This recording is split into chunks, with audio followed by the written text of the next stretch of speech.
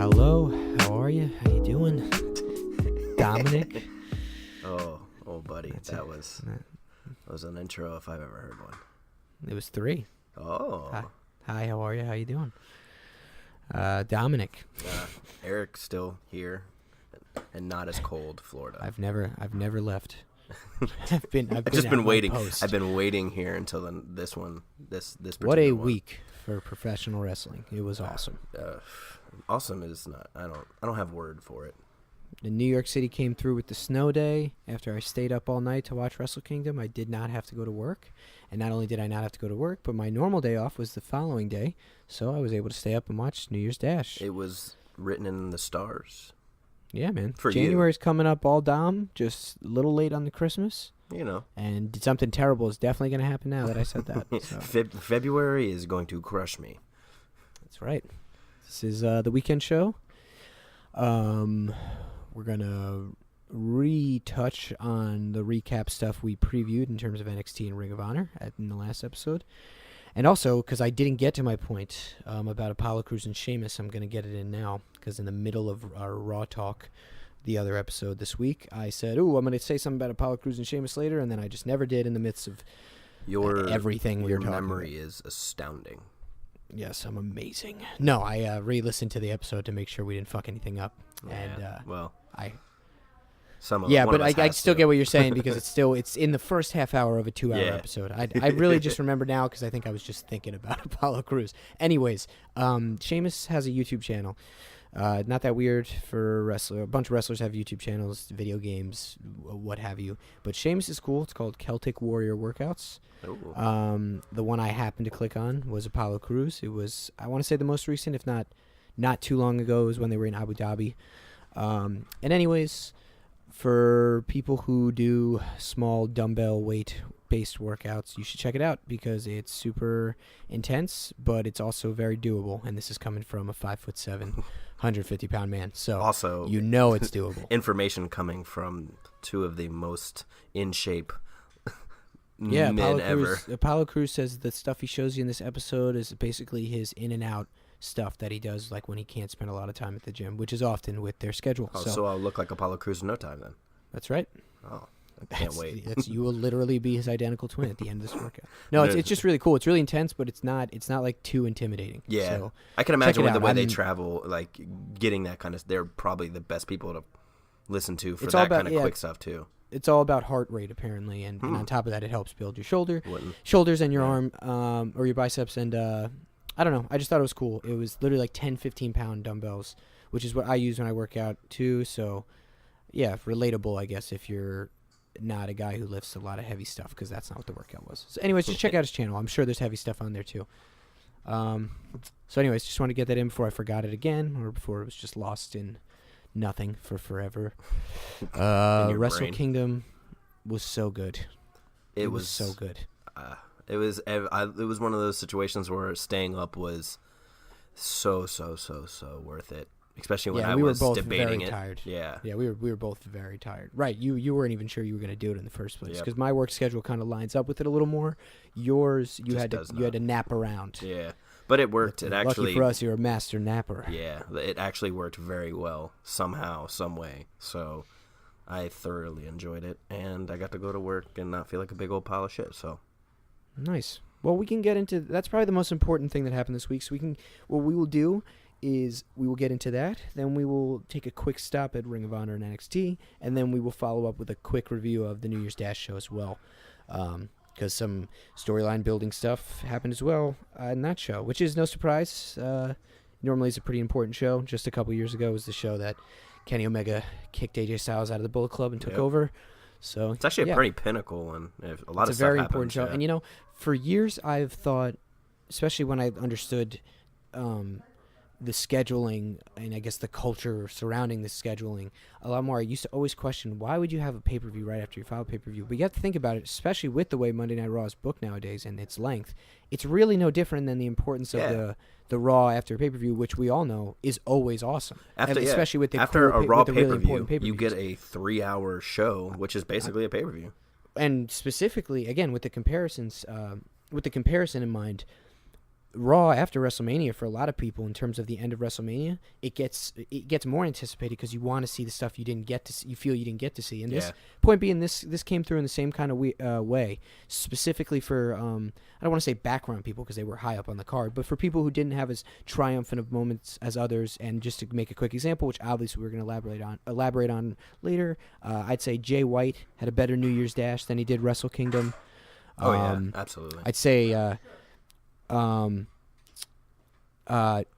and Naito collectively, as far as building an interest goes, even though there was nothing wrong with their Wrestle Kingdom performances, but absolutely. Just trying to say it was somewhat of a matching day, not quite as pinnacle because it's literally Wrestle Kingdom versus New Year's Dash, but yeah, it was still just a really important day. So we're gonna get into that, and we're gonna start Wrestle Kingdom right now. We're gonna start with the New Japan Rumble, which I know, Eric, you missed, right? Or did you go back and rewatch it? I didn't watch the whole situation. I kind of caught clips of it. Yeah, during the second watch. It was not a particularly memorable one. Not that they ever specifically are really, really memorable, but I just remember last year.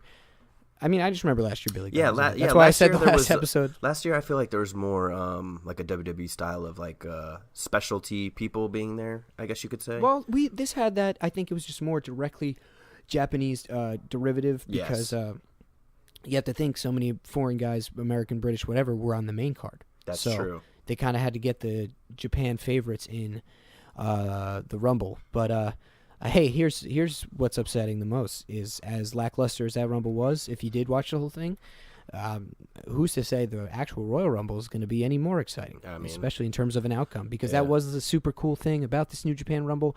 Masahiro Kakahara, returning from his cancer battle, won. I think he got Cheeseburger out last, which was an interesting choice. But Chase Owens looked dominant as you can in a 30-minute Rumble with 30 people, or I don't even know if there's actually 30 people. Yeah, I'm not sure. Chase Owens hit a bunch of package pile drivers and real Kevin Steen looking. If not, I would dare to say more drivey. It looked good. Yeah. I love David Finlay, and he was in those matches, so it's good to see him. One of the surprise people was Delirious. That was cool. Yeah, that's pretty sick. I liked seeing Desperado get used, considering he wasn't going to later. I believe Taka Michinoku, yeah. So I was immediately, let's touch on that real quick. I actually will wait till we get to the match. It's a never open weight 6-man match. We were wrong about a bunch of teams, and it's because of my lack of attentiveness. The latter half of, or I should say, the latter quarter of the year, as far as New Japan goes. Basically, when you know the Wrestle Kingdom card's set, you don't really watch. Or I should say, don't really watch in between pay-per-views. Other than the big matches, because Evil's not beating Okada, and Sonata's not beating Okada on the way to Naito wrestling Okada. So I'm not discouraging anyone else to watch, but I'm just explaining now why some of our. It's also right now with the way things are set up. It's still hard to keep up with their particular schedule. For sure, but I'm just being open with the fact that I didn't even watch the pay-per-views that were well promoted, like Power Struggle. I only know. Yeah, the Road to. What was it? Whatever the very last one was, it was good. But I'm gonna probably change that next year. I'll probably be more. No, that was definitely one of my year things. Is I want to be a little more attentive to their full schedule, just in general. Yeah, later half of the year. I know that's the last part of the year, which, as I said in an earlier episode, for wrestling as a whole, I normally just kind of stop watching around Christmas. I'm busy with family stuff or. Just I'm kind of burnt out at that point, and knowing that the Rumble and all that and Kingdom's coming around, it's kind of the best refresher. It's really storyline based for me. Like last year, I believe I stopped with WWE for a little bit just because they were really lost me. So, but that's kind of that's different. That's when if anything, that's what I'm trying to point out. Japan didn't lose me. I just knew it was going to be really good in a couple months. So, anyways, we'll get back to the card. I just wanted to cover our asses from last time and also pre-explain when we get to the 6-man match why I was just way off with the teams. So this Rumble was fine for what it was. I was getting ready to watch the main show, getting home from work, showering. Tiger Mask was in there. Nagata was in there. Blue Justice, that was cool. Yoshihashi was in there. Oh, and of course, I can't believe Yushin Thunder Liger was in there. So that was probably. And getting to see Leo Tonga. It was fine. It was fine for what it was. Yeah, he's enormous. I think he's only like 20-something, 22 or some crazy shit. But the real show started as it has for the past, I think, 4 or 5 years now. And as it just, I think, traditionally always does and will, junior heavyweight tag team title. Past 4 years specific, I meant with the Young Bucks and some version of a Roppongi team. It's been twice for a minute, it's been 3K this time, no complaints. Show and Yo. Oh, absolutely love not. Those really, guys. Really into them. Big thing I picked up on. I guess I'm late. I'm a mark. Whatever. Japan, when their guys work in America like exclusively and then come back, they call it excursion, and I like that. Call it, guys. They say Show and Yo returned from excursion because they were the Tempura Boys in Ring of Honor, and I just think that that's really specific wrestling-based attention to detail, because you're talking about companies that work together. This isn't even like they went somewhere else and were Tempura Boys and they don't have a good relationship. Imagine if sports did that, like you get sent to them, like in baseball, you get sent to the minor leagues. Oh, I just on an excursion to the minor leagues. Yeah. I mean, it sounds. I don't know. It just makes it, specifically with the Japanese background to it, it makes it sound fitting and also super interesting. Yeah. So they said, I made a point to notice, or rather, I noticed they made a point to say that about Show and Yo as well as Jay White, which was I did cool like and that. informative for me, because I didn't know Jay White was trained in the New Japan Dojo. I saw him for the first time in Ring of Honor and loved him instantly. But the story they were telling with him there was more of a young boy, first big promotion, which obviously, like, WWE says this is whoever's first time. You know what I mean? Like, I'm not criticizing. I'm just saying, because of that angle's misinformation, I didn't realize he had another promotion's background. So yeah, they said that same thing about him returning a Switchblade. It's a return from excursion, which I think is awesome. So it's a cool way to talk about. Yeah, it doesn't make it seem like it. They make it seem very important. When it's, make it sound like when Bruce Wayne was out training, like, to be Batman. Yeah, like, that's exactly. what it sounds like. And I'm not even, like, smiling or anything. That's, like, actually what it sounds like to me. It sounds like you're out getting better. And initially, all of them are. Yeah. You know what I mean? That's just what they are doing. This match was great. Absolutely. It was not the best Young Bucks match, and not in a weird way. I'm just saying they've had, like, in the recent past, they've had a little bit better matches, but still cool, really cool stuff. I feel like if anything, it was one of their more different matches. I can see they tried to... Definitely different. Yeah, they tried that was just it, though, and I'm only stopping you because we're going to lose it. It was different, but it was noticeably, like, trying to be a little different. Yeah. I'm not saying it's a bad thing, just it's probably more enjoyable for me, that's the best way I could say that, when it seems more effortless. And I just felt like selling the back, specifically on the part of the Jacksons, specifically on the part of Show and Yo, felt more forced than not, because at first it seemed like they were just giving away how they were going to beat them. Yeah. When they evened it out, it definitely, as a story within the match, made sense. But whatever. I don't even mean any of this as a critique. It's just something I noticed. It was not a normal Bucks match, and it also was not a normal New Japan Bucks match. It was just kind of something a little different, and when it all came down to the finish, I loved it. But I won't lie in saying, especially the first couple minutes of this, I think it ran about 19 minutes. It was 10 seconds short or so. So a good opening match. But point being, at different points in the 19 minutes, I was definitely kind of like, where is this going? Or did they just tell me the finish already? Yeah. And anyways, it told started a good little story. Slowish. One spot I noticed, again, not critical of, because amazing strength either way, especially for guys who are not on anything or anything like that. But I did feel like Matt thought he could run farther with Rocky down the ramp on the powerbomb. And I feel like he, maybe between it being such a wide camera angle and the ramp being so huge, or the initial point I had just made of it being longer than he realized, I just felt like it looked less impactful than it either looked there or it just was intended to look overall. I felt like especially for the amount of time he was down. Yeah, it was almost like, why? Well, that I agree with that, but I'm not there yet as far as like him selling. I'm saying like Matt's part on it. It's like, why even run with him? Just pick him up and fucking powerbomb him if you're going to take 3 steps. Or do a sit-out, because he didn't do a sit-out. Yeah. He just kind of dry. It did look like it hurt like fucking hell. Oh, yeah. I have an interesting thing to say. Rocky Romero's involved in it about talent and booking relationship, but I think we can kind of say that for the end, because it's a comparison. It's a throwback comparison. It's not really relevant or specific to this match. Just Rocky's involvement remind me. So hopefully I don't lose that like the Apollo Crews Sheamus thing and have to explain it next episode. But hopefully we can remember to pick back up on that. Something about the booking and the talent in Japan. Something Anyways, about it. This match was good. Bucks won, number 7, like they goddamn should. Absolutely. Roppongi 3K had a cool little run. Those guys looked great in this match. Literally just asking if anybody knows enough to comment or want to tell me. Are they on steroids? I'm pretty sure they are. Showing you. I don't know. Look, But I'm not accusing. Yeah. I'm literally wondering. Someone let me know. They look very tight. Very. I mean, they could just be. Skin looks tight. Yeah. Who knows? They could just. They totally. Some people have better muscle memory, genetics, all that. Yeah. But I don't know. I'm literally wondering if anybody wants to let me know. Let me know. Rocky Romero was good in this match. His involvement was just enough and also not too much, which is the same thing. But you understand what I'm saying. He struck a perfect balance. Yeah. He was there just enough, not enough to be, annoying, which sometimes that does happen with an extra.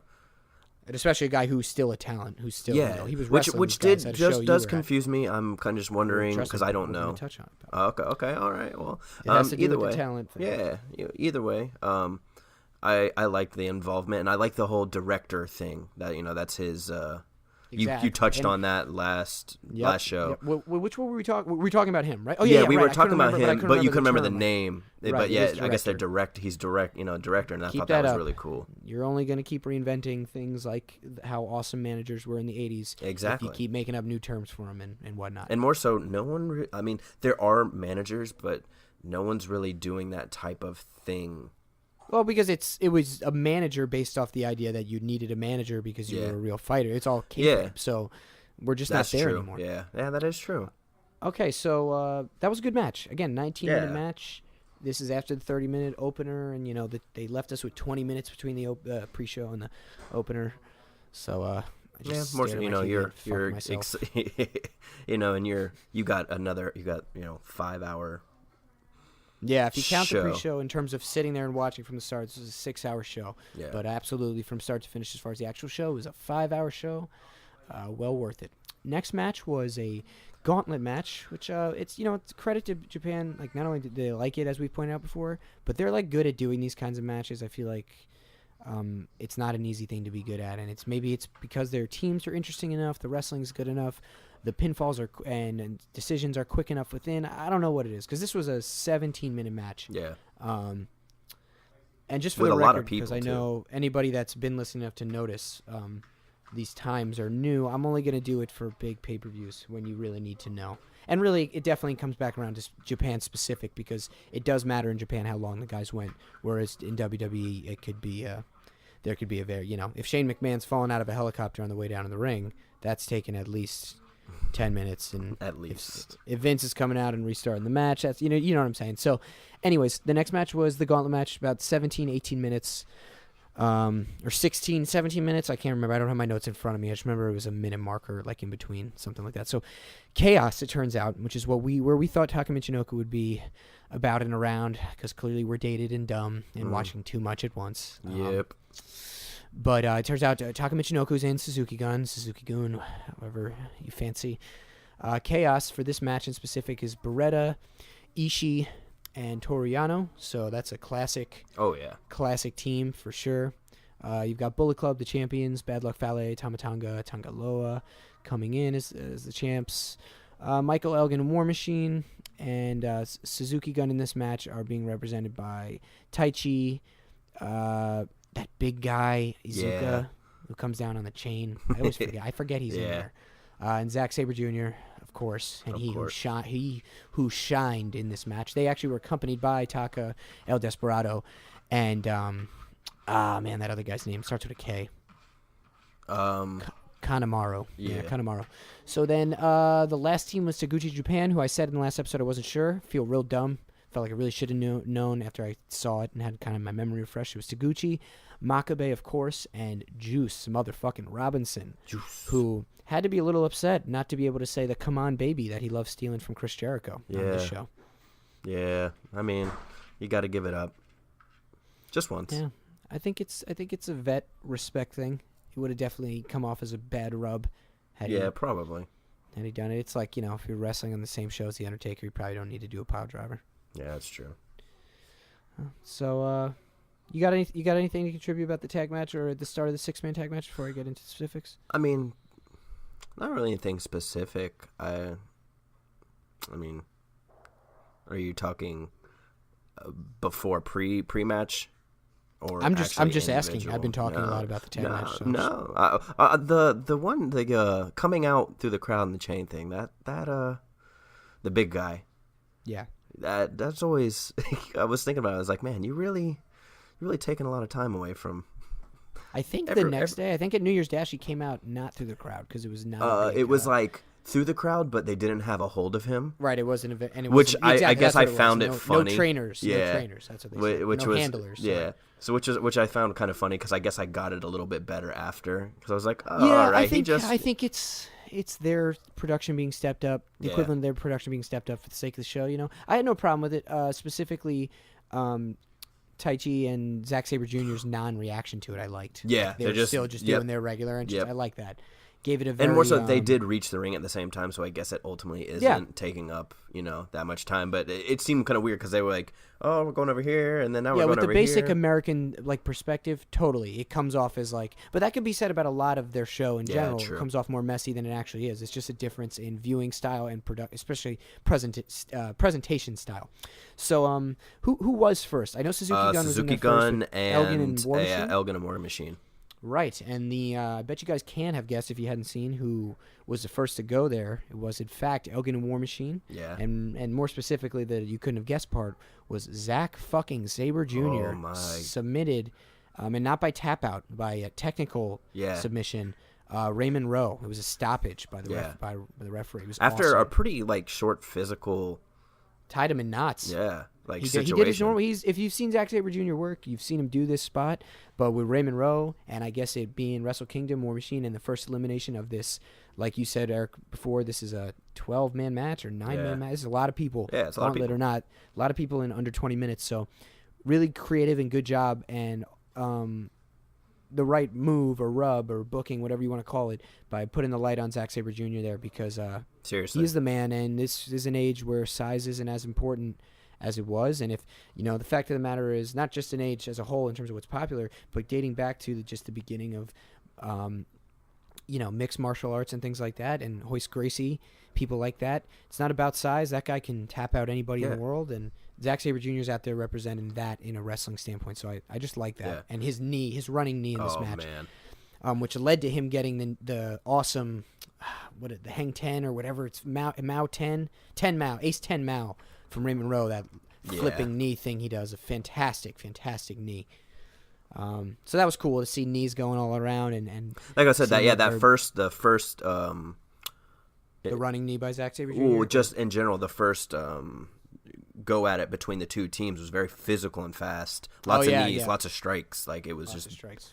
Very big. More so, it was really centered around Zack Sabre Jr., which I thought was really fucking cool. Just because I felt like it. Oh, go ahead. Go ahead. No, it felt really cool because when you're in the ring, or more so, like I know, but no, like big guys like that, they're generally focusing on, it's Michael Elgin and War Machine. They're huge guys. You can't stop them. But it seemed like the focus was the fact that Zack Sabre Jr. was just kicking fucking ass.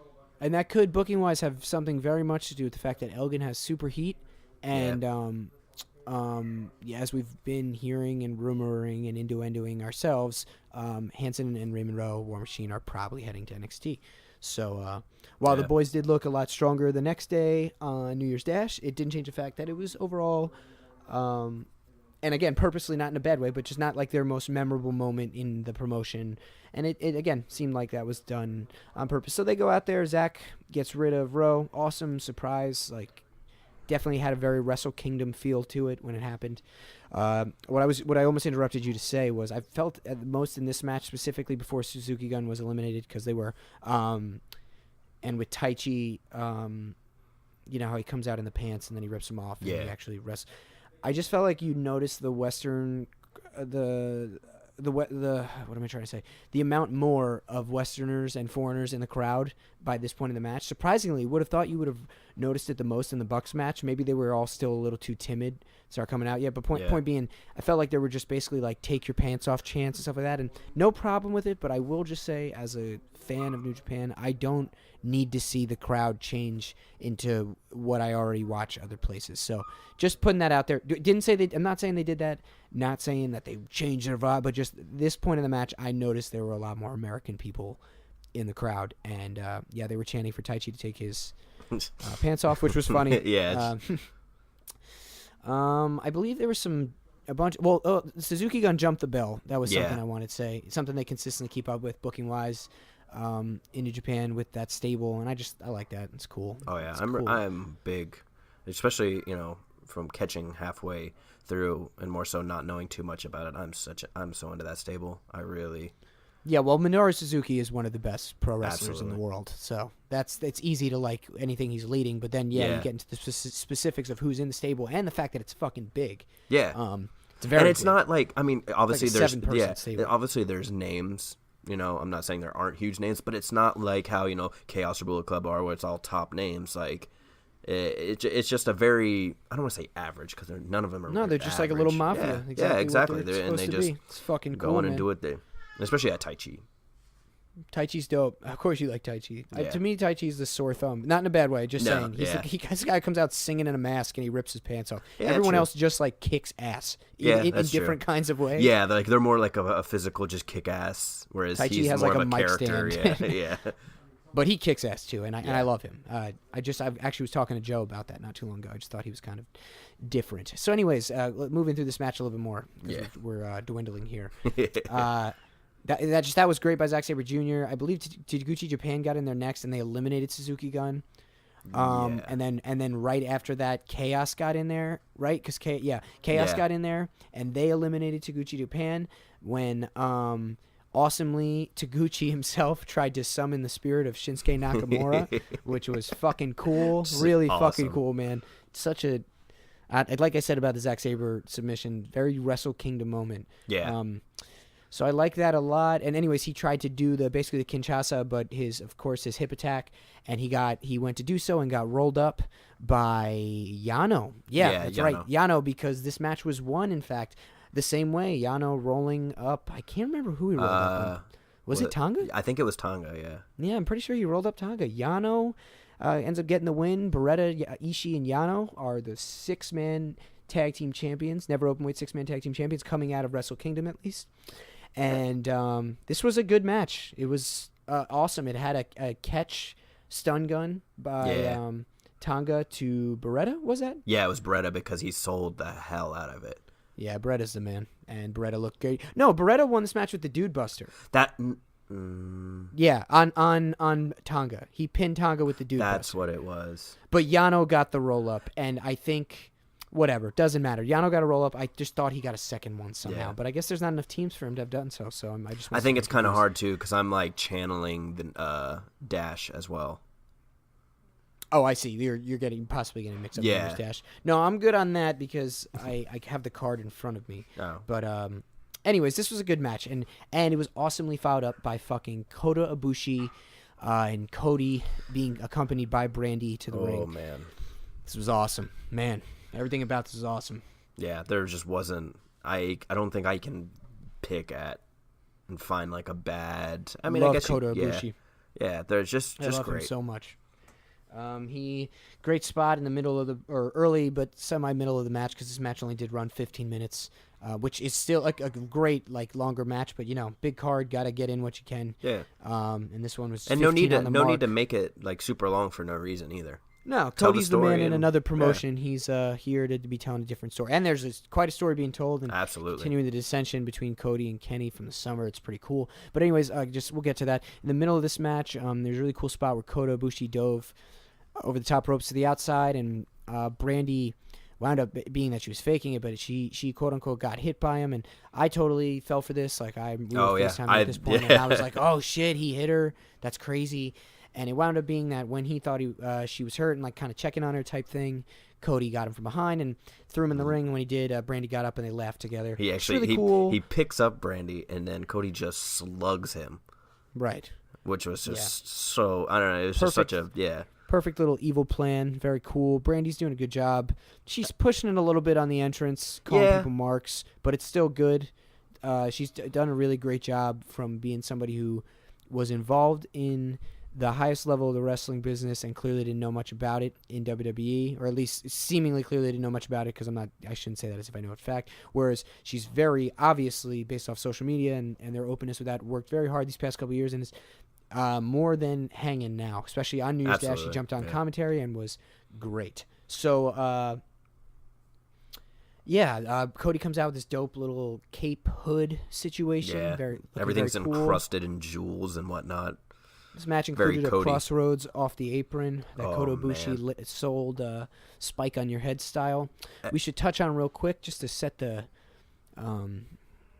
tone, whatever, for what we're going to get into over Dash, and just clearly moving forward with Cody's involvement in New Japan. So Kota Ibushi and Kenny Omega were tag team partners in DDT wrestling in Japan.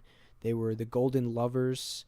I referenced it very vaguely in one of our last episodes. I said when Kenny was video game Kenny, what I meant was he would do things like the Kamehameha and just was super open about his nerdiness. And basically their whole bond was the fact that these guys were awesome workers, great sellers, and junior heavyweights. And they actually won the junior heavyweight tag team titles in New Japan while still working for DDT, not having worked for New Japan fully yet.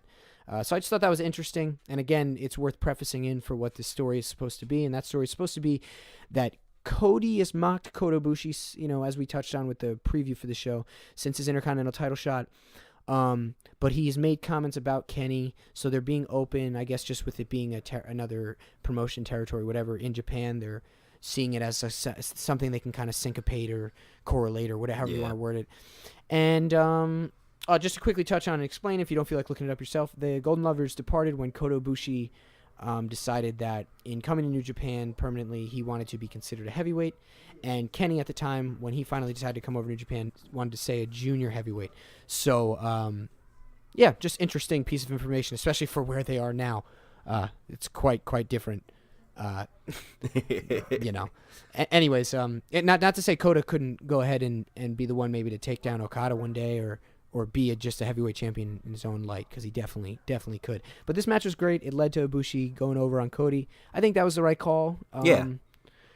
As well as the 6-man tag loss, I was disappointed because I love Tama Tonga. Yeah. And but I just Bullet Club can't win this whole show, and the Bucks needed to win. So 3 straight Bullet Club matches to start the show. I feel like.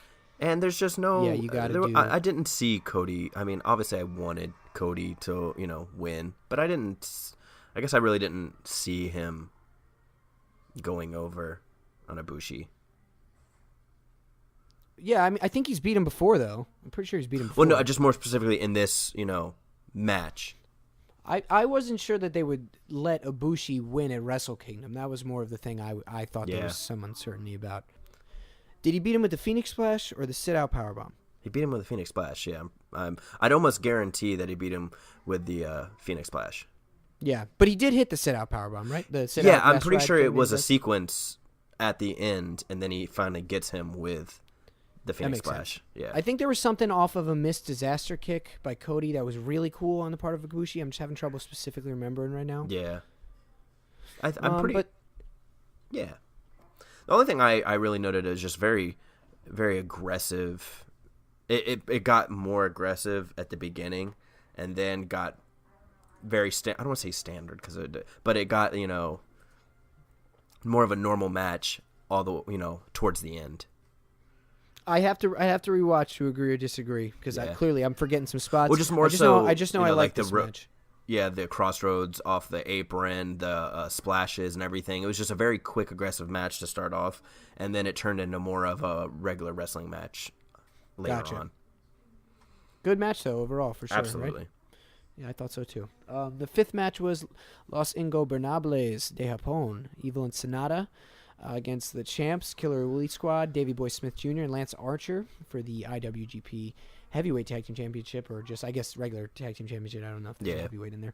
Yeah, I believe that there's a heavyweight in there, just because, more specifically, they have the junior. I don't know if it's just that only heavyweights compete for, though. I'm going to have to look at that and I would think so, because there's the Never is Open, the 6-man. I think they just specifically use these words to solidify weight class.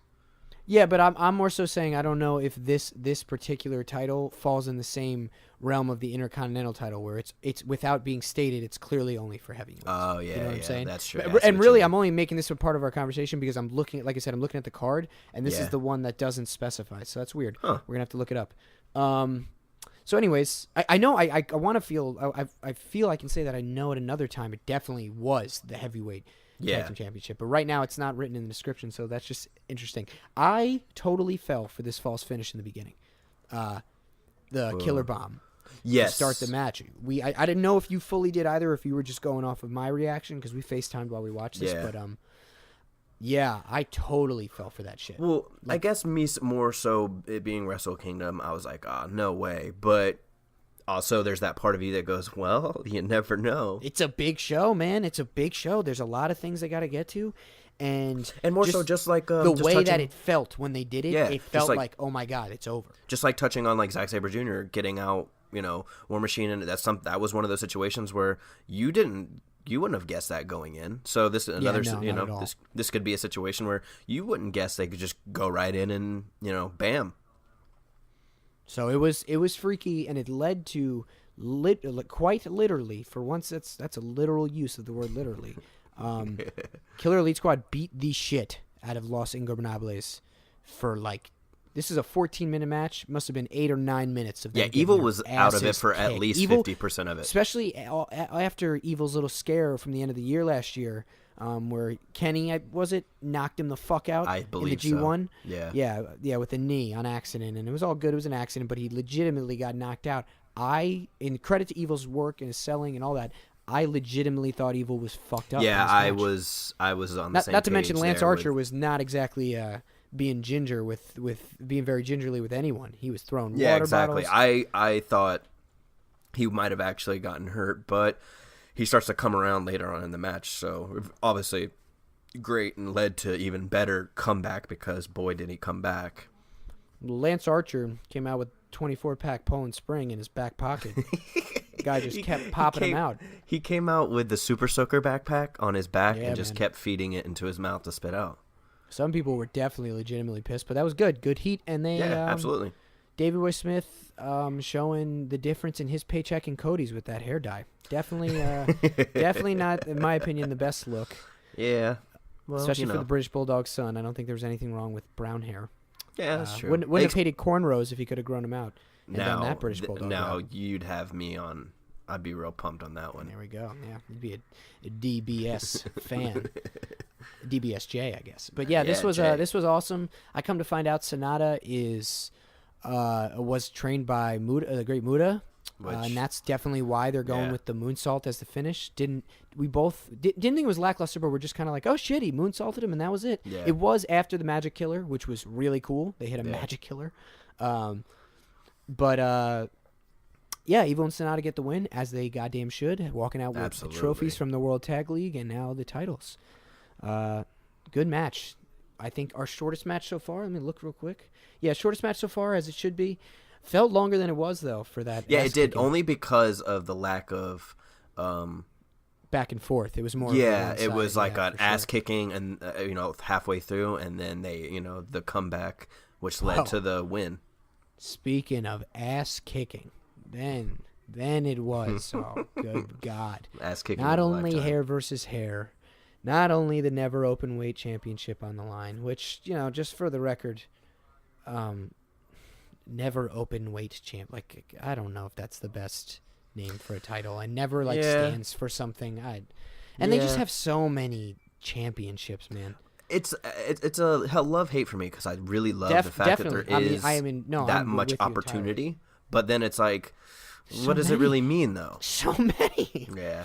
Which one is really the value of an actual Intercontinental? And obviously, Tanahashi's the man. It's the Intercontinental. But I'm just saying, absolutely, Suzuki in his own right, especially, again, briefly skipping ahead to New Year's Dash, any title he has is just as important. And if he were to drop that title, say, on one show and then go to the next show, the next show the next day and challenge for another title for the same equivalence, does it really feel like a step up or down? And at that point, is that a good thing or a bad thing? Just a conversation to have. I guess it opens more doors than it closes. Yeah. I think it also opens more doors for confusion than it closes. Like I said, it doesn't matter what door is opening; it's opening. If you watch this promotion for the first time in the show, you're not going to understand. Had to have been a question of yours at some point. Who is what champion? I still to this day am not exactly I'm like, what is the whole? I know it came around a couple Wrestle Kingdoms ago, but I can't remember what never stands for. It's respect is in there, but obviously it's probably the R. Anyways, Hiroki Goto. I hope it's the R. Yeah, you never know. Hiroki Goto and Minoru Suzuki absolutely beat the hell out of each other. When I say that, I mean Minoru Suzuki beat the shit out of Hiroki Goto for 18 minutes and 4 seconds. He beat the fuck out of this man. Like, open hand. These are the matches that kind of like make me uncomfortable at a certain point, just because I'm like, they were fucking Christ, stop. It was bad. Yeah. Goto's face was fucked. It was blown up. Swollen. His eye was blown up. His lip was blown up. God, man, Suzuki was just working him, and I actually can't even remember what he defeated him with. Obviously, it must have been his finish, but I can't.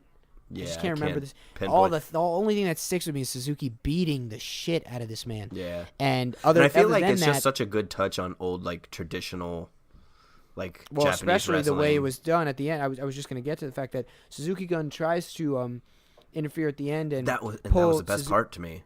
Pull Minoru Suzuki out of the ring, and halfway down the walkway, he turns around and he puts himself in the ring. He gets rid of the chair Goto had set up. He slams hits the his chair own with the chair. chair. He hits his chair. That's right. He grabs a chair on the way back to the ring, hits the chair Goto set up with his own chair, sets up his own chair, grabs the clippers, and horribly shaves his already horribly cut hair. Well, I like the fact that not midway, but later on in the match, that all of Suzuki Gun tries to come out and interfere in some way, and they're all held back in some way, shape, or form. I just thought that was such a cool part of the match because no one actually got involved. Yeah, I can't remember what exactly held him back though. There was a few young lions. It mostly all the young lions around the ring. It got a hold of most of them. Definitely gonna give that match a rewatch too. Great match though, especially for an 18. Yeah, if you like watching match. people get the piss fucking beat out of them, then good God, watch beat that the one. Shit out of him. And then the respect at the end from Suzuki to Goto. So awesome, and everybody looks good, and new champion. And guess who the last champion was before Suzuki? Goto. So maybe we're looking at another champion after this. That'd be interesting and cool. If anything, it's the right time to, delicately lay it upon another man. Yeah, and you don't need Suzuki to drop it to anybody other than the guy he beat it for, because obviously there's always a respect logic in a back and forth. So, and again, as we hinted at, and we'll explain later in the New Year's Dash review or whatever later this episode, Suzuki's onto, I want to say better pastures, but it's kind of the same thing because they're both just like, I guess it's better. It's better. It's better, but yeah, Intercontinental. It's still Suzuki's going somewhat for the equal. Intercontinental, so that's something. Again, we'll get to that in a sec, but that was the 6th match on this 10-match card, counting the pre-show. 7th match was one of the best matches of the whole night. Fatal 4-way match, the IWGP Junior Heavyweight Championship. Hiromu Takahashi, Kushida, of course, the champion Marty Scurll, and Will Ospreay, Aerial Assassin. This match was great. Just if the matches that were after it weren't after it, you could just say that was the end and go, fuck yeah, that was great. Yeah, this match was fucking crazy. Entrances were insane on the part of Scurll with his turns out self-built wings. Yeah, fucking seriously, like just everything about his character, the dedication to the character, the dedication to do something like that just makes it so much better. Will Ospreay came out with a Prince-type gimmick. Wasn't a huge fan of his purple hair, but I understood overall. Yeah. Was good. It's good to see anybody do anything. I'm a sucker for go for the theme, matching and themed stuff. Sure. And he came back out on it in the Dash show, so that was cool. Again, apologies if you can hear my dog in the background. He's just trying to protect. Yeah, he's just trying to yell a little bit. He wants to get in on this. This match was so good, man. It went to the outside. It involved Ospreay doing a moonsault off of like a lighting rig after he almost slipped on the barricade trying to hop up to it. Nice. I love that aspect of it. Just felt organic. I like that he slipped. I don't care. It's awesome he saved it rather than falling, but I like that he tripped. It just felt. It shows that it's real. Yeah. Marty was fantastic in this match. If anything, I think this is probably one of Marty's best performances I've ever seen. Yeah, definitely. Wrestling all around. That's tough to say because all his matches. Are great, exactly. But, Ospreay screams out at one point, Oscutter, and midair off the springboard, Marty Scurll jumps up and screams "chicken wing" and puts him right into the chicken wing. such a high point of the match for me, as well as Ospreay going for some kind of moonsault, if not a Phoenix Splash, if not some kind of 450 or something, and Kushida reversing it into the hoverboard lock or just the armbar. Just the armbar. Wasn't I believe it's just the armbar. Takahashi had his series of sunset flip power bombs to the outside to everybody, and then Kushida, I believe, wound up hitting it on him. Was it Kushida or did Skrull hit him? Skrull might have hit Takahashi with somebody hit Takahashi as the third after he hit two people with his signature run out sunset flip power bomb off the apron. I love that move. He does it very well. Sit out. Yeah, because I think Kushida hit it last. So then Kushida hit it on him.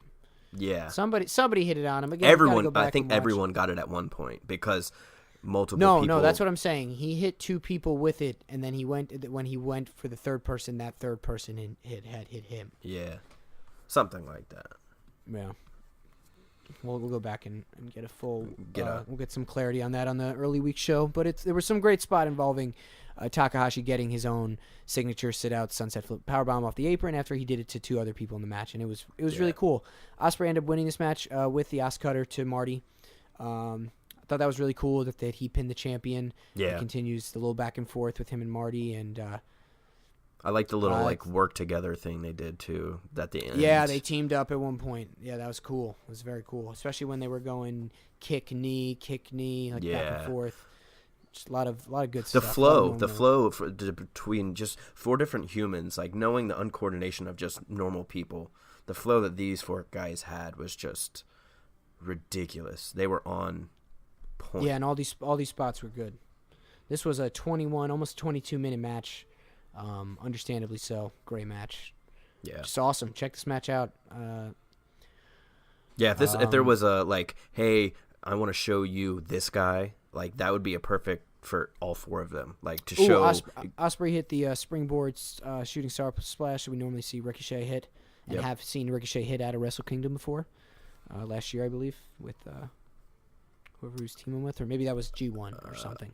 I don't know. Yeah, I don't know. But yeah, anyways, it just, as I know people always say Ospreay, Ricochet, one and the same, but that felt almost kind of like a nod, here's that thing that Ricochet does. Yeah. So I like that. This was followed up by Tanahashi and Switchblade Jay White. Definitely a good match, and even on another show, really great match. But next to everything else, and just being honest, with its video package and build up, slightly disappointing. Yeah, just a hair. And just overall, just kind of thought Jay White would go over. Something we need to touch on before we get to the main titles that you really need to care about. Just about every title has changed at this point, from the Bucks beating Roppongi 3K, Chaos beat Bullet Club, Los Ingobernables beat Killer Elite Squad, Hiroki Goto beat Suzuki, Will Ospreay beat Skrull. So yeah, every belt has changed. Every title at this point. changed up until. So in a sense, you see the defense coming. But especially because you're going and you're trying to think about the booking and be smarter than you are, Dom, and you're wanting Naito to win at the end of the night, You're thinking okay, well then I guess they're either doing all the belts or the two retains are going to happen right now with Tanahashi and Omega, and it wound up being a different case. But anyways, my point is, I just kind of low-key thought with all the build that Switchblade was getting, he would maybe win the title, and that was totally explained and abolished as far as, I hope they don't give up on him, or not, that's dramatic, but not put all their faith in him by the events that occurred on New Year's Dash, which again we're going to get to, but that definitely made Jay White's anything that lacked from his not him directly, but his involvement in the Wrestle Kingdom show made the most sense come New Year's Dash. Yeah, because at first, not knowing what happens, I felt a little empty. I felt AJ, like you said, I felt he should have went over. That's all. I felt like I don't feel that simply about it, and all in all, especially again the way the night played out and the next day played out, I think Tanahashi should have won. Yeah. And 9 times out of 10 at a Wrestle Kingdom, I think Tanahashi should win, so that it matters when he loses. But I just got the vibe that at the very least maybe it would be some kind of complicated disqualification, or this match in particular would have a 30-minute time limit and they'd go the full time, or just something. Yeah, something. I don't know. But with that said, great match. Hiroshi Tanahashi is one of the best wrestlers, not only in the world today, but of all time. Also the best hairdo ever. I hated his hair. God, I hated his hair. Loved everybody else's hair. I get the weird Japanese hair in terms of like, I only say that not to sound ignorant, but like, older men like having bangs and stuff like that. It's just a difference in culture. I did not care for this Tanahashi hair because it was very obviously like a weave, and I don't know, he just like cut his hair not that long ago. You know what I mean? Like, yeah, that's true. I want to see Wrestle Kingdom with Tanahashi with short hair, so it looks different than Wrestle Kingdom with Tanahashi with long hair and the ponytail. So, whatever. It doesn't really matter. Jay White looked great. Physically looked cool. And Tanahashi, move-wise and in-ring-wise, looked great in this match. I beat him with a two high flies back-to-back. One was on his back, and I just love when he hits him not on their front side. It makes the move, again, just seem more real and organic. Gets more dynamic to the move, How big of a guy Tanahashi is, it really, really looks like it hurts like that. So, you got anything other than, I guess, the agreement we have in the ness of this match? No, more so I just overly pumped for future Jay White. Just it really set him off for a good projection. You know what I mean? Like, I think even with him losing, he doesn't lose out. Like, it just can only go up. Yeah, no, definitely. And again, once we get to the next day's events, you will definitely agree with us if you don't already. But this match was fine. It was just under 20 minutes. Then, of course, we're getting to the double main event. This started with Kenny Omega, the IWGP United States Heavyweight Champion, which it does say in the description. So, again, brings me back to the tag team thing. I'm really thinking maybe they either dropped that or I misremembered in the first place, and it was just an assumption-based thing because they have junior. I'm pretty sure it was there before, and it might be a situation where they just don't care to make it a deal anymore. But either way, this was for the U.S. Heavyweight Championship, and holy shit, this match was 35 minutes long, and it was perfection. I Too many spots to recap. The table break was amazing. Everything Jericho did in this match was amazing. All his crowd and just heel work overall was just amazing. Just seeing him work outside of the WWE realm of right now, especially the PG That's exactly style, what it was. Yep, that's exactly what it was. You got to more so right now. There are a good group of people who have never seen that Chris Jericho. And you've never seen this Chris. I've never seen this Chris Jericho. Well, just in general, you've not, and even more so, you haven't seen it because there was taste back in the day when he was younger and more bitter and angry. Not but like even still, this is another realm of that. This is as new of a Jericho as the List, as was him coming out in a suit, as was him being Y2J from whatever he was before that. This solidifies the fact that Chris Jericho is just the best. There's no one has done this. No one has Alpha Chris Jericho, and no one has I don't want to say remade, but no one has done this in multiple different places and multiple different characters, you know what I mean? That's just successfully, yeah. He was a great heel. He took the media guy's camera, took a picture of him giving everyone the middle finger. Screamed "fuck you" 1,000 times. The slight arrogance, the Kenny thing that he kept doing, he kept screaming out into the crowd. He was making fun of people's voices. Yeah, it was just like, oh man, saying that Kenny's is name. heat. Of course, he brought back classic Jericho things like telling the referee to ask him, which just got me giddy. I love those kind of things. The Lion Salt was insanely good. The stand on the chest, bicep. Pump. Yeah, that was great. That got me going. And then he did pull out a lion tamer at one point. Post to the walls of Jericho. Beat the piss out of Red Shoe's son. Yeah, old Red Pants caught the hands of Jericho. His code breaker on Kenny is just really unlike his code breaker on other people. Obviously, high praise to Kenny, but it's also Jericho knowing that he's working with a guy who's gonna do it differently, and he kind of hits it with one. It's just different. It's so much really more raw. It's really good. Of course, we saw the blood again. Omega. No blade on Jericho, but we did see some natural blood. He got busted above his eye. He scratched his leg going through the table. Very serious knee. He got slammed on that knee. Oh yeah. And just as much praise as Jericho's getting, that just puts Kenny up there even more. Yeah, this match did everything it was exactly supposed to do. Jericho put Kenny over, and also Jericho looked like $1 trillion. Seriously. This match is great. Kenny won with the one-winged angel on the chair. Man, just so good. Too many things. And it didn't even look like it was like set up. Like it didn't look like, oh, I'm gonna put this chair here and then I'm gonna put you on it. Like he throws it. He threw it at him right before it hit the ground. He picks Jericho up, and then he goes, oh, that's down there. I'm gonna scoot this in the way, and he crushes him on it. Yeah, it's just credit to how natural these guys look in the ring. Yeah. They were fantastic. Chris Jericho's God, and again, some New Year's Dash info on him. Match was 34 minutes 36 seconds. Jericho came out to Fozzie's latest single, Judas. Marketing genius. Came out with the jacket, and the jacket worked. And even more so, he came out with all of his normal gear, and all that was different was the back said Alpha. Alpha, which was exciting in itself. Yeah, just brilliant. Did slightly look forward to maybe some pants, Jericho. I really did wanted not get it. that. Well, but can't even say I was disappointed in that. You got the pants in our man next match. That's right, because the main event... Kazuchika Okada with Gato, and Okada's wearing Shawn Michaels-esque pants. With tassels, they look very ridiculous, but awesome at the same time. Flair, very, very Shawn Michaels. Against Tetsuya Naito, who did not have Los Ingobernables out at the ring with him. Which is even cooler. Yeah, no, I like that. This match went 36 minutes, 30 seconds. It was a great match. Lots of Destitos, lots of Rainmakers. I think only one attempted Tombstone, and it didn't even go through. I think he did. He did. He tried. Hit one before the final. Before the final Rainmaker, right? Because it was going that false route, like the end, like 3-4 different times. You're like, I honestly don't know what's happening. So Okada goes over. We were a little surprised. We really thought Naito had this one. Yep. Again, cleared up by the end of New Year's Dash, and just no slight overall, because Okada just is the best wrestler in the world and the man, and if that's what Gato thinks he needs to be doing with his champion right now in his company, then hey, I'm not going to sit here and try and make a case for how he's wrong.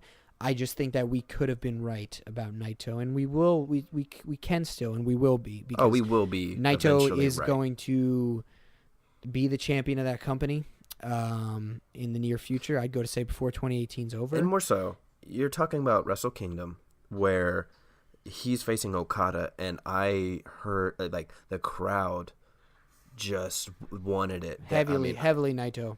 Yeah. Still like a 60-40 split overall, because they were behind Okada, but whereas a year Naito, ago it was just all Okada. Okada was. I mean, he still is, but it's very different to see someone get that much praise while being in the ring with Okada. Well, and at the end of, I don't believe it was the end of No, it wasn't the end of Wrestle Kingdom. At the end of New Year's Dash, Naito's in the middle of the ring, and he does the whole Los Ingobernables chant. And, dude, we're talking all the people that are there. And don't get me wrong, this is one of their smaller, it's Korakuen Hall. It's one of their smaller venues. But still, it just doesn't compare to the Tokyo Dome, really. It's not smaller. It's quite large. But point being, all those people on time, word for word, New Age Outlaw style, just like on the way we were touching on last week, where it's not really New Age Outlaw specific. It's just the easiest thing to reference. Word for word with this guy, they're saying Evil, Sonata, Bushi. And then he doesn't say exactly his own name, or he does, and then he says something else, and he hits his chest, puts his fist up in the air. Then he says, Los Ingobernables de Japón, and he rolls the R on Los Ingobernables. and I'm just only focusing on that specific thing because the crowd did this with him perfectly on time. He's the future, big time. But anyways, that was the way the show closed out. Okada on top. Gato gives him the mic. Quick retouch on the gauntlet match, because I actually just got the full results on it. Yano did get 2 roll-ups. He pinned Taichi of Suzuki Gun. That's what and it then was. He also pinned Taguchi off the spot I said. I just skipped. I didn't know how Suzuki Gun got eliminated, and that was how. And so, Chaos really because it was dominated. really quick right in the middle. Chaos really dominated. Yeah, no. It was 40 seconds after they eliminated War Machine. Chaos really dominated that gauntlet match. They had 3 of the eliminations and the win. But yeah, that was Wrestle Kingdom 12. It was a fantastic show. I give it, I'm going to say 9 out of 10, because 10 out of 10 is probably blowing it a little too hard. Yeah, because there were lacking factors. Not that there were bad, but there were some matches that obviously weren't, as good. Yeah, and you honestly, how do you compete with the last 4 matches just in general. Right. But, 9 out of 10. Fantastic show. Absolutely. Highly doubt WrestleMania is going to touch that. So no way. I mean, I'm not even trying to be that guy, but there's no way. We will see. We will see. Maybe Vince got some up his sleeve. Who knows? To quickly get off the New Japan-ness of this weekend episode and just touch on the fact that Ring of Honor and NXT, almost seemingly to our benefit as random wrestling reviewees, if you will, not took the week off. But specifically in Ring of Honor put out a best of for the year, just getting ready to do the new TV tapings they don't have done yet.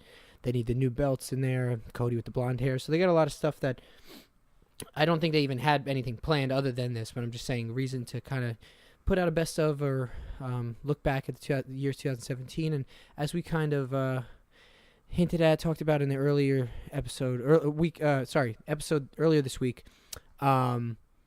if you're not a fan looking to be, or if you want to just go check it out, that best of episode is a good place to start. There's some of their CMLL, what's the word I'm looking for?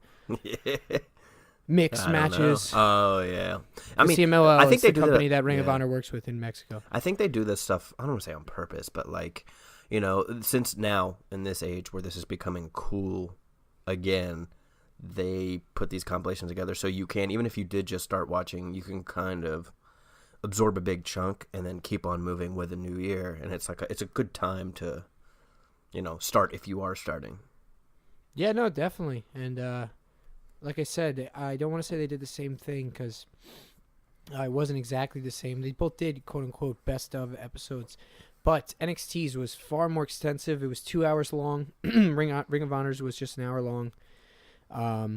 NXT's kind of featured that how do I put this, that thing that WWE does where when they look back on major match moments and have a little video package for it, it's a way more even more HD camera somehow than the one they already used for the match. Some of the clips are shown in slow motion with the better parts of the commentary playing in the background. You understand what I'm saying? Yeah, they even over so overly yeah, everything's over dramatized for sure. Exactly. So, but and if anything, it catches you even more because you're I've watched this and I'm still sold on. Well, especially if it's I watched this and I don't want to rewatch this right now because they showed some stuff from Takeover Brooklyn and we were there for that and it was awesome. But it was when I didn't understand the gist of the episode at first, I definitely did get the feeling going in I'm probably gonna be doing other stuff while I watch this, and it turned into the exact opposite because it featured just tons of exclusive stuff. Gargano and Andrade Cien Almas had exclusive interviews, obviously, because they have their TakeOver Philadelphia match coming up. That was cool. There was, like I said, the slow, I don't want to call it all slow motion montage, but just those kind of video montages. Thing, all slow-mo. Of the matches. It was cool. It made you just see the spots in different ways. I think that's just shows the power and the edge, that WWE has over everyone else. I mean, you know what I mean? And on top of that, they're starting, they're trying to push NXT as just another show. So when you sell it that way. Yeah, no, I mean, exactly. They didn't have, that's exactly what I was just going to say. They don't have anything like this for Raw SmackDown, so it made it feel special. But really, the point I'm trying to get at and why it was super cool was, if you guys recall, back in November or so, there was a heavily promoted but not televised at all match between Adam Cole and Drew McIntyre. It's for the people that said, oh, they must have had different plans for Adam Cole when he came in NXT and then they changed it. It's not that. It was always this. Shawn Michaels guest referee in Houston. Title match includes Shawn Michaels throwing out Undisputed Era and Kyle O'Reilly and Bobby Fish freaking out and just I don't know, an awesome aura of wow, wasn't these guys are all working with their hero. Takeover or something like that? Yeah, Takeover Houston. Yeah. It was the day before Takeover Houston. So my point is, never before seen in a televised sense other than the people that were there, and filmed little spots and things like that. That match is at the end of this best of. So you get to see Shawn Michaels be a guest referee in a house show environment, so he's a little bit more fringe or however you want to put it. A little more Shawn Michaels. Being a little more free. And, yeah, it's a good time. You definitely watch it. Good match. So, yeah, both those shows were great. But, again, we got lucky in that there wasn't that much more to cover this at the later half of this week other than it wasn't an extensive amount of content as New Japan was putting out during this week. Yeah, because after and obviously building up to Tokyo Dome, there was tons of press conference stuff. Afterwards, there was normal press conference stuff, and New Year's Dash had its normal post press conference stuff. So to jump back into that and then kind of cap off this show. Trying to save the longer length shows for the really special ones, just like this, this past one where we previewed Wrestle Kingdom, or I'm sure when WrestleMania comes around, or when we even get a little closer to the Royal Rumble, we'll do a little more extensive. Oh yeah, I love the Rumble. Preview review. I love it, but I want to love it again like I used to. Oh, absolutely. Yeah, trust me. I agree 100%. But there's just something about it always gets me excited, and then I get let down. Well, speaking of the past few years at least, there's something about the crisp, refreshing taste of seltzer, which is our it's our sponsor. Is that our sponsor?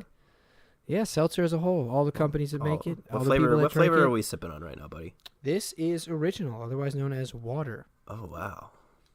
So we're just old-fashioned, old-timey, with some bubbles in it.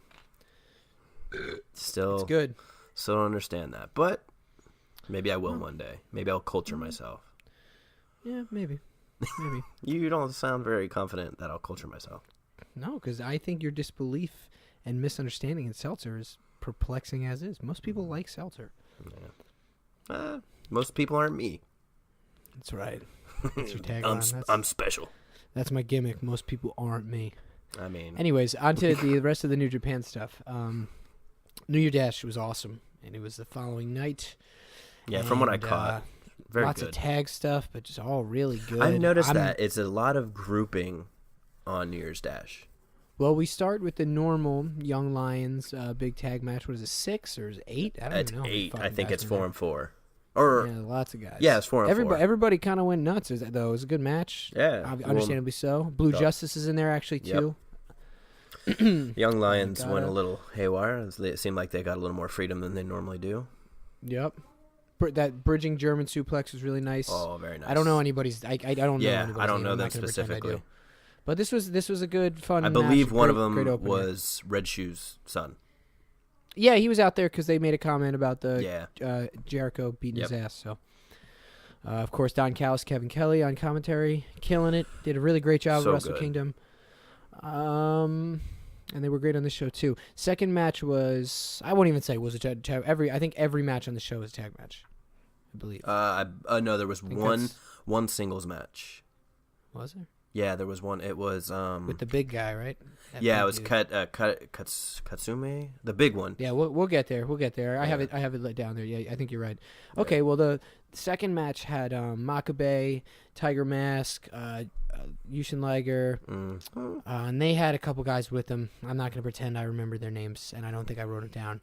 But they were. I believe it was a 10-man. Yeah, no, it definitely was. I just don't remember the other two guys' names. But they were going against Suzuki Gun, which in this case was Desperado, Taichi, Michinoku, the crazy guy Iizuka, and fucking Kanemaru, which he doesn't ever really get in. So that was interesting. It was a nice little grouping. Like you said earlier, no leash on this show. Yeah, Wrestle they Kingdom. let him run wild, if you will. I think that guy bit Makabe. Yeah, I think so. And then he bit Liger too. Yeah, didn't he chomp on his head? Yeah, he was biting he was eating everybody. He was just biting everyone. He was just chomping it's like heads. The Japanese George the Animal Steel. Yeah, but kind of. Yeah, no, I mean, I mean, in the way that they're chewing on men. Yeah, they just eating things. Shouldn't be eating those. I think he almost got disqualified for chewing. I think they were like, "Hey, you need to stop with the chewing." And he was like, "I'm biting," and they were like, "Well, we see chewing." No, but I think they had a problem with him biting people because it's not allowed. Yeah, about to say. What else happened? No, that wasn't. I think Taichi got his pants off in this match. So that was good. Yep, he did. Oh, and he spit at Kevin Kelly, so that was disgusting. Yeah, wasn't that right in the beginning? I thought it was at the end. It was one of the. It might have been at the end because I remember them talking about it, and I was like, "Oh, yeah." I think it was at the end when they were walking out, and the big guy also had the. He had another thing towards the end of the match, or maybe after the match. Yeah, after the match, he did something. I can't remember what it was. I took really vague notes on this one, just because, to be honest, no Zack Sabre Jr.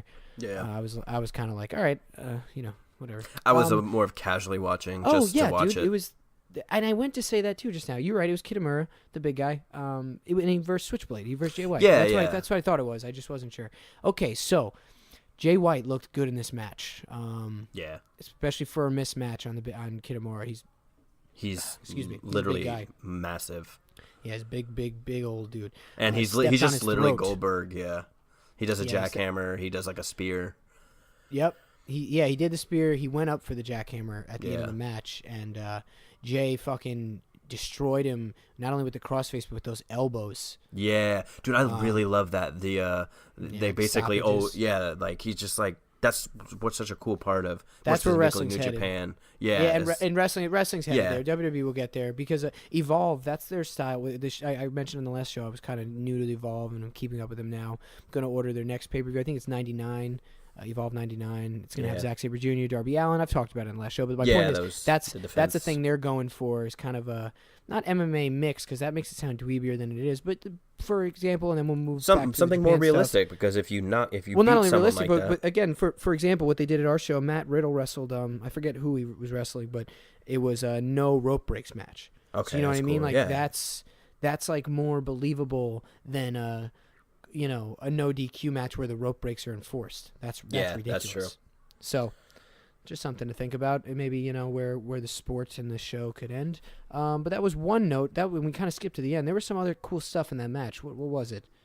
He had a nasty suplex. It wasn't a regular suplex, obviously. It was some kind of weird suplex on Kitamura, and he like slammed him down on his neck. I can't remember what the name of that suplex is. I just remember he hit him on the barricade real hard. Go ahead. Sorry, what were you going to say? No, I was just saying. All I remember more so was the choke with when he stepped on his throat. Yeah, he just put his foot over his neck, and nasty. the guy's like just selling it. So... Oh, and his chops were grossly like rough.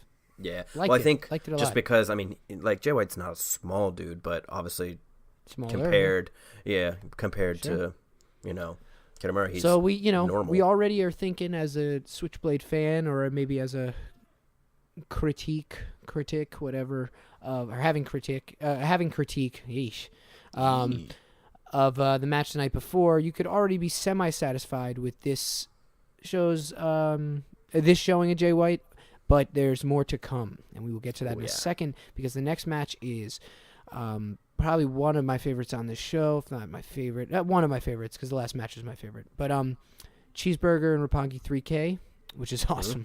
It's so sick. Cheeseburger in Japan is great. But versus the Elite, Kenny Omega and the Bucks.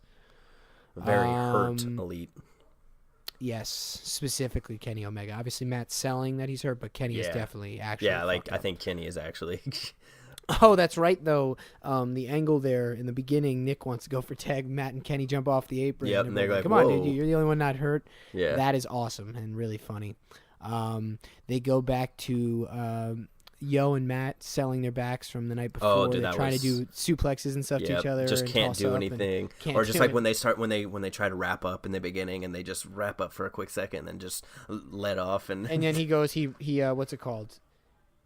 He gets bounced off the ropes and he's like, his back hurts. And then he tries to suplex him and his back gives out and just falls. Or no, he tries to body slam him. Yeah, That's and he turns into a crossbody, but it's not a reverse. He just can't. Yeah, he just can't lift him.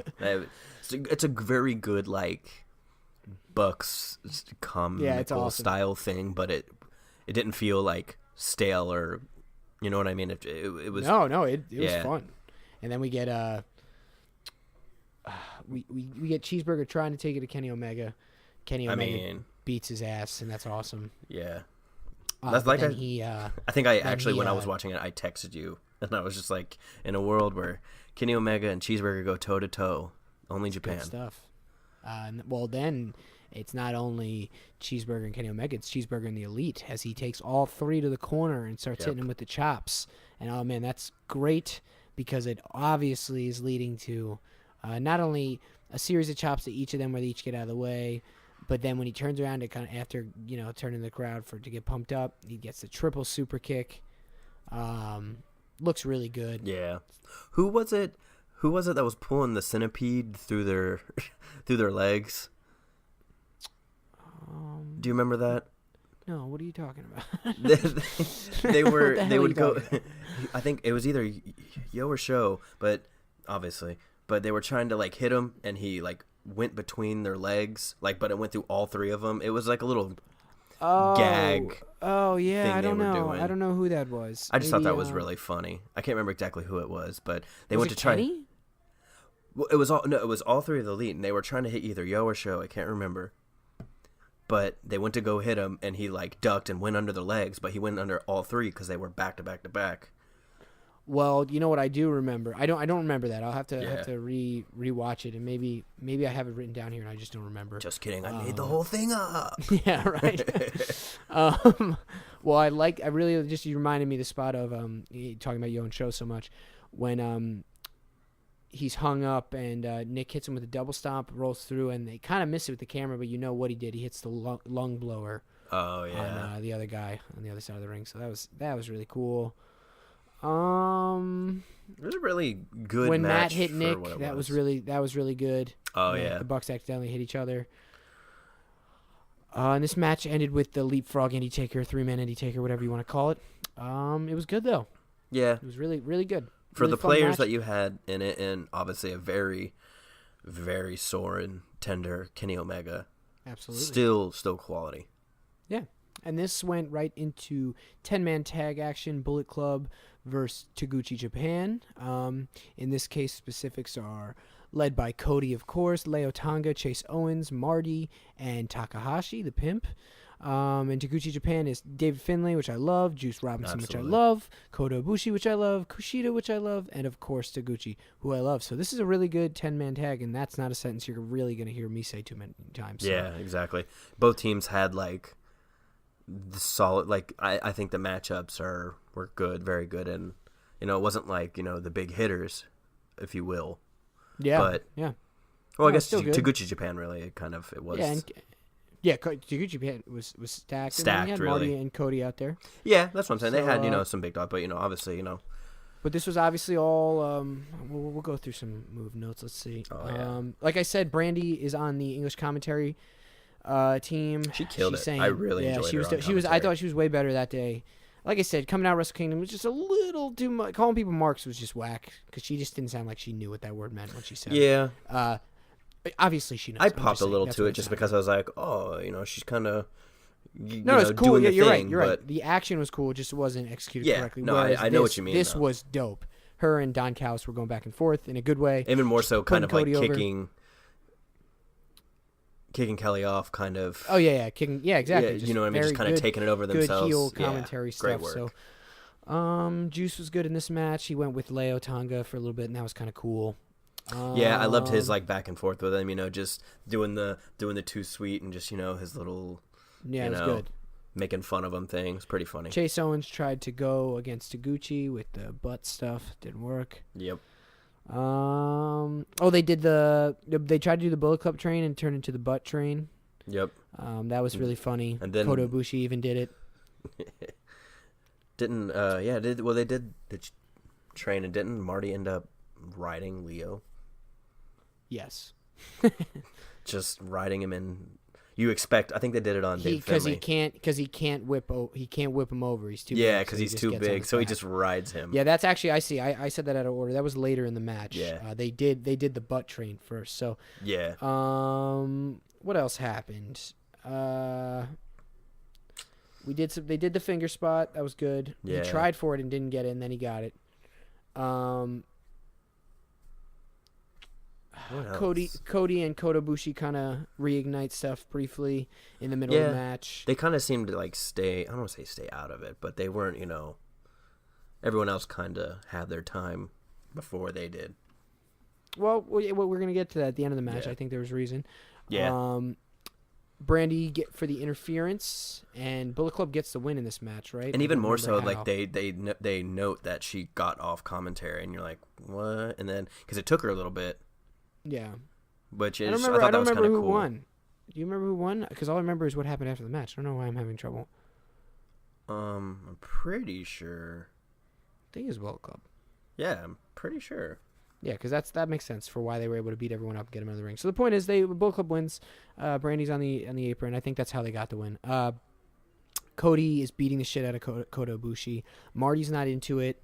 Takahashi's not exactly into it. The other guys are fine with it. Chase Owens and Yeah, Leo. I think Leo is helping. I think it's supposed to be like a young. I think it's supposed to be like a young boy type dynamic. Yeah, they're just Juice doing tries to whatever's make the told. save, goes for Pulp Friction, gets hit with Crossroads. Not the best looking Crossroads, but post match, Yeah. it was a good match, so it was fine. Doesn't Leo like smash him with like a boot too? Yeah, he hits him with a really big boot. It just wasn't super impressive looking. Yeah. Cody goes to get a chair very angrily. Marty wants to stop him. Gets in the ring, has Owens and Tonga holding him, and you can hear right away when Kenny came running out because the crowd lit up. The crowd went crazy. Kenny comes running in to make the save. This all ties back around to my explanation earlier of the Golden Lovers formation, DDT. Clearly is the reference they're making, and Kenny says a couple different things along the lines of, you're not going to hurt him, and I'm the leader of Bullet Club, and tells him to get out of here. They get into a shoving match. Cody walks away. This leads to, I guess, quick stoppage before we continue what happened on screen. Cody's later said on Twitter, I apologize, we cleared it up. But as we know, this is kind of a reigniting from their late summer sort of feud. So hopefully and obviously this is kind of leading to probably Kenny, I'd assume, going before Cody. I would say, yeah, just because I know that in interviews and whatnot that him and the Bucks have both openly said, you know, they have thought about branching off well long, you know, before any of this and whatnot. You mean from Bullet Club? Yeah.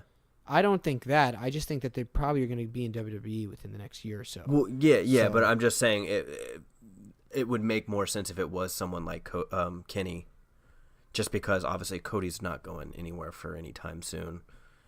What? I mean, I don't think that's obvious. Cody came from WWE, and I definitely think he'll be back there one day. Oh, no, definitely. I just think right now, I think he's not going anywhere just yet. I think he's pretty solidified in what he's doing. Yeah, I mean, I don't know. But who knows? All I'm saying literally is that know. it's clearly probably all hinting at something, because Jericho, oh yeah, absolutely, 6 months before it was even the idea of a match, was tweeting at Kenny Omega. That's all I'm saying. Oh yeah, definitely. It's probably planting the seeds to kick somebody out, and I'm just going to assume Kenny before Cody. But yeah, as far as branching off of the Bullet Club and staying in the Indies, I don't think that that's a thing that anyone's going to do. But for going to WWE, obviously they don't have much of a choice. Yeah. Anyways, this leads to so I was just making the point. Cody addressed it on Twitter as if it was just beef for the show, but I think the stuff over the summer was just beef for the show, so it's probably all going somewhere. That's all I'm saying. Yeah. Back in the segment, Kenny's in the ring now. He winds up getting a mic. The rest of the Bullet Club and everyone has kind of cleared the ring, went to the backstage area. He says he's tired of the fighting and talking behind each other's back within Bullet Club. Says Switchblade Jay White is the solution. Gets him to come down. Takes a couple minutes, but he gets in there. He's offered a Bone Soldier Bullet Club t-shirt. Hesitates at first and eventually puts it on, and the crowd pops pretty loud. Yeah. You figured because it's cool. It's cool and it's exciting, but there's just no groundwork for it. But I definitely, just like you, I was like, okay, this makes sense. And then he goes to Too Sweet Kenny. Kenny says we don't do that anymore. Then hugs him, and then in an instant, blink of the eye, whatever you want to say, he goes from hugging him and hits the Blade Runner on Kenny. Kenny sells it like a champ. Oh man, bounces off his head. Looks awesome. It was such Jay White looked really strong here, yeah. And I think this entirely explains the way that his Wrestle Kingdom night went, because he's getting the biggest guy in the company now, other than Okada, and that's a great even more so. Like, I mean, his match at Wrestle Kingdom was awesome. Obviously, yeah, it was a good match. He's not gonna get like anyone much bigger, but you get Kenny, man. That's career making in the business. Well, regardless of even Kenny making him, they're gonna have a great match. Well, yeah, that's what I'm just saying. Like, there's no way like it's gonna be. I don't want to say it can't be bad, but it's just gonna be good. It's gonna. I think I agree with you. Yeah, can't be bad. And what a way to cap off a ridiculously huge debut to begin with. Yeah, exactly. Or like I said earlier, return really from excursion. Debut, but so a like comeback. like a re-debut, I suppose, because he definitely was only a young boy before this. So it's, in his own way, this is kind of like Finn when he fully became Prince Devitt, opposed to exactly. When he was just a young boy there. So just really cool, and I liked it, and good for Jay White, and awesome for Kenny Omega, because and I love how their progression, like they clearly show like what they're going to be doing, if not what they're attempting to maybe do. Oh yeah, in the near future. Oh yeah. And it all looks great. This all got really exciting. The last couple of matches, I think these are the last 3. Yeah, Bullet Club, Fale, Tama Tonga, and Tonga versus winning Team Chaos the night before, the new 6-man tag champions, and this match was great. Perfect sequel, if you will, to the night before. Absolutely, it was a nice, in all kinds of ways. It didn't feel like you were watching the same thing, but more of a continuation. Absolutely, and Fale, great little touch in the opening, booting the ring announcer. Oh, love it. And then Tama Tonga grabs a mic and ignorantly does a Japanese voice. Yeah. Oh man, it was beautiful. And then you can hear him. It's like, how'd you hear that Japanese? And it's like, oh, amazing, dude. Yeah, that was great stuff. I love him. Let's see. I have a couple of quick notes here. When Ishii hit the German suplex on Fale, that was great. Yeah. They hit Guerrilla Warfare, which was cool. The whole ending sequence with Tama Tonga and Beretta shows why both of those guys should be in the world title picture and will be in the world title picture individually. They're fucking great. That was really all there was to the match. It ended with a gun stun. Always good. Yep. Went for the Dude Buster, got out of it. And new and kind of back to the champions, Bad Luck Fale, Tonga, and Tonga Row, which is awesome. Good for me. Yeah. Good for you. Good for everybody. Yeah. I love Gorillas of Destiny. So, that was a really fun match, though. It was, like I said, it felt like a continuation. I didn't feel like you were watching the same thing, and you still had similar things happening. You know what I mean? Right. Because it was like a reversal of the night before in a freshing way. Right. Well, the match after that will wind up being relieving to what I had thought. I'd said earlier and what I had thought earlier while I was watching this, and that I thought no Zack Sabre Jr., because it was Tanahashi, Elgin, and War Machine versus Suzuki Gun, which in this case was Killer Elite Squad, Minoru Suzuki, and Zack Sabre Jr. That's right. I totally forgot. Killer Elite Squad is also in Suzuki Gun. So yep. Suzuki Gun is like a 10. Suzuki Gun is huge. Stable. And more so like at, before Wrestle Kingdom had a lot of, obviously you had the tag champs, you know what I mean? And then you had Suzuki himself. You mean champions? Got you had a lot of champ. You know what I mean? It was just very solidified. Yeah, it still is, obviously, but you know what I mean. Well, yeah, it definitely is by the end of this match, and we'll get there when we get there. But Suzuki comes out, towel over the head, freshly shaved head, properly shaved head. Really like the way Zack Sabre Jr. in particular, but everybody around him was being about it. It was just very Mafia boss-esque. Like, yeah, he got embarrassed, but whatever. Like, we're here. Just that was the vibe that they gave off. It was cool. Again, they jumped the bell. What's it called? Just become the standard of a Suzuki Gun match. Yeah, if anything, it just kind of sticks with their thing. You gotta, Yeah, and I'd love seeing Zack Sabre Jr. do it. I don't know why. I obviously because I'm a fan of his in particular, but I don't know. I just think it he's one of those people that I guess if you looked at him, you wouldn't see him as that kind of side to it, I guess you could say. But when he does, you're like, oh man, that's sick. And they actually jumped right into Zack Sabre Jr. and Raymond Rowe, kind of getting out there together, and they go for the lock again, and he gets out of it this time and hits him with a huge Ace 10 Mao or Mao. I never can get the name of that fucking move right. But Minoru Suzuki had a cross armbar in the ropes. That was really great. Let's see. What else did I write about this match? Oh, every time Ray is trying to make a tag, Suzuki comes over and just kicks fucking Tanahashi off the apron every single time. So that was really cool. Such a badass move. And again, as we're going to get to it, but it's all foreshadowing for where we're going here. We had Zack Sabre Jr. and Michael Elgin have a sweet series of moves. They both have been great lately, so maybe that could be a thing that they do either in Japan or elsewhere. That'd be cool, yeah. Trying to think before we get to the end. Hansen was going against Killer Elite Squad by himself. I remember that. Yeah, I don't remember the finish of this match. Do you remember who won this match? Or you didn't? No, you didn't get yeah, it, I didn't. Right? Sorry. I fell off here. Can I? Oh, but I'm gonna guess it's Suzuki Gun because I do. This is the whole thing I remember was post match. Suzuki is beating the shit out of Tanahashi's knee, and Tanahashi actually he didn't get tagged in once. Yeah. Now that I think about it, but it was supposed to just be selling the fact that Suzuki is going after the Intercontinental title. That's where he's going next. I think that's great. That's fucking awesome. Yeah, that's pretty cool. And he should take it from Tanahashi for sure. Oh, absolutely. It would be a big. I don't know. I guess another situation where you probably wouldn't expect it to happen. What do you mean? Just him, beating him and taking it. You know what I mean? It's like if I was to just, someone told me, oh, that match is happening, I'd be like, Tanahashi's getting that. But yeah, I don't know. I think I'd lean the other way, but I definitely think I think it's even though. Yeah, that's true. I mean, because Suzuki is huge. Oh, he's huge. Yeah. And Tanahashi is just as huge, if not bigger, but on the other side. So I think that they're going to be a. So yeah, I agree. I guess I agree with you, and I just also think that, and more so, him beating Jay. Oh, Tanahashi beating Jay. Yeah. So Oh, okay. I see what you mean. Yeah. Yeah.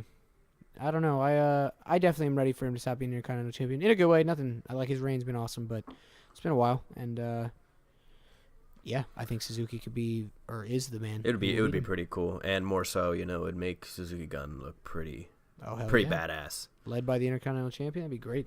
Exactly. He's the best, man. I gotta meet that guy someday. Let him smack the fuck out of me. Yeah, right. Seriously, that's just scary. This brought us to the main event, which you got to go back and watch. Chaos. In this case was Goto, Okada, Ospreay, and Yoshihashi versus none other than Los Ingobernables de Japón, Bushi, Evil, Takahashi, Sanada, and of course Naito. No Daryl. What a group, man. Yeah, they're just the that best. lineup, man. Like they're can't. The best. You can't top that. Yep, they are the best right now, and I like hope even that lining up against like an old school Bullet Club. It's still that's pretty pretty damn close. Yeah, that's what I'm saying. It's just as stacked. Absolutely. No, like I said, no Daryl. Ospreay and Takahashi kind of redid some of the Fatal 4-Way stuff. Not like reused spots, but just like that kind of vibe in the beginning of the match. Reignited that. They that would be a yanked cool... on Takahashi yanked on Gato's. That is a cool like singles match. Absolutely. Maybe they go with that directly. Sure, great singles feud. Takahashi and Ospreay. Absolutely, man. But yeah, as I was saying, Takahashi's pulling on Gato's beard. That was horrible, but it was good. Sounds terrible. Every time Naito and Okada were in the ring, Naito beat the fuck out of him. Really? Yeah, which was really cool. You think that's just kind of to... Because to match him up, he's the same. Yeah. I mean, honestly, also in the Wrestle Kingdom match, he looked just as strong. It was just... Oh, yeah, absolutely. I'm just saying more so, obviously, Okada... Yeah, no, but I get what you're saying. Yeah, I think it's done on purpose, for sure. Yeah. When Okada came out in a really cocky way, he ripped the robe open, was like, I still got the belt. That was really cool. I think you'll like that when you go back and watch it. Yeah. Okada's the man. He's so sick. Yeah, he's fucking great. They had a great sequence. I don't remember really what was done throughout. It was just awesome. And I don't remember how it started, but I know it ended with that Stardust. Excuse me. That attempted like that starship thing that he does. You know what I'm talking about? Yeah, that flip thing. Yeah. And then he just got this horrible boot. Okada fucking ran through him. So that was great. Let's see. Chaos hit everything on Naito. Ospreay hit like a shooting star, like just the whole team fucked him up. Near fall on a power bomb for Yoshihashi, and then offense going the other way. I'm trying to think because we're coming to the end of this match here. Oh, they all drop kicked Okada's neck at one point, which is cool. That kind of continues the story they were telling from the match. And after the match, by the way, Los Ingobernables de Japón won. Right. After the match. So. Oh yeah, and after the match, they continue to beat him senseless. They all do their moves. That's what it was. Fucking Sonata hit him with TKO and Skull End. Okada. They're all just beating the hell out of him. Evil beat up Goto. Takahashi hit Ospreay with the time bomb, and Bushi got Gato. So they really were going after everybody. And then Los Ingobernables starts to clear the ring, and out of nowhere, only Naito's in the ring, and out of nowhere, Chris Jericho, the Alpha, just ridiculous, comes running into the ring, beats him in the corner. Only does one soft looking knee, but I'm not even hating on him. I'm just being honest. Naito goes and fucking goes right back at him. So they're like tick for tack at this point, but then Naito does the tranquilo roll and just lays on the ground, says, "Lay down with me" to Jericho. Jericho jumps him again. Young Lions and refs try and get in there, and it's just especially coming after Brock and Kane's lackluster brawl. Yeah. Raw. This was like just looked right. Yeah, Jericho it's like a cursing way, so much. just an like the He told Naito right to way shove to it up do his it. fucking ass. Just the Told right him way to to do shove it. it up his fucking ass. And then in Like the I said, post man. Wrestle Kingdom conference, Jericho also said, "You dragged me out of a fucking locker room because you want to talk to me.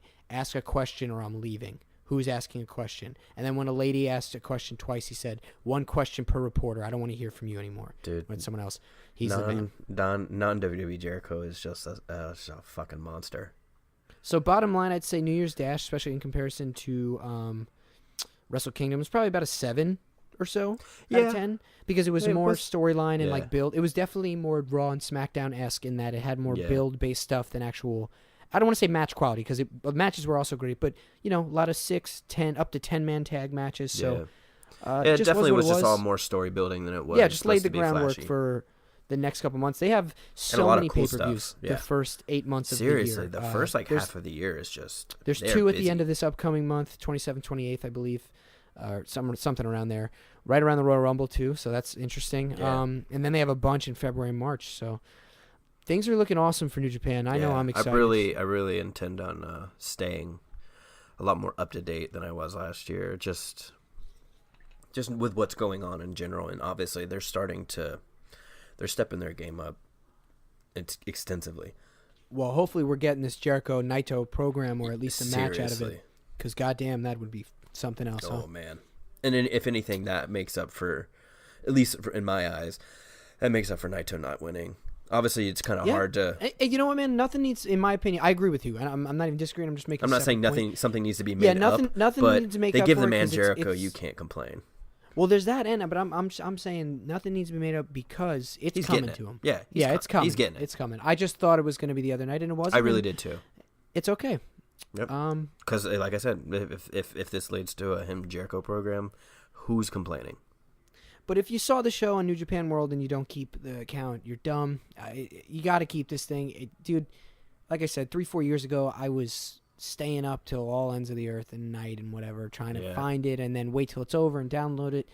I still have people questioning. I was like, "Oh man, how did you watch that?" And I'm like, "It's like, man, $89 a month." Yeah, Yep. seriously, it's like $8. English translation button at the top of every page. Yeah, I did notice desktop. that a lot of people were like saying it is a little bit harder to navigate, and I'm like, it does have an English translate. Yeah, it's harder than if it was fully English and that's what you speak, but it's not. I wouldn't say it's hard. Is not.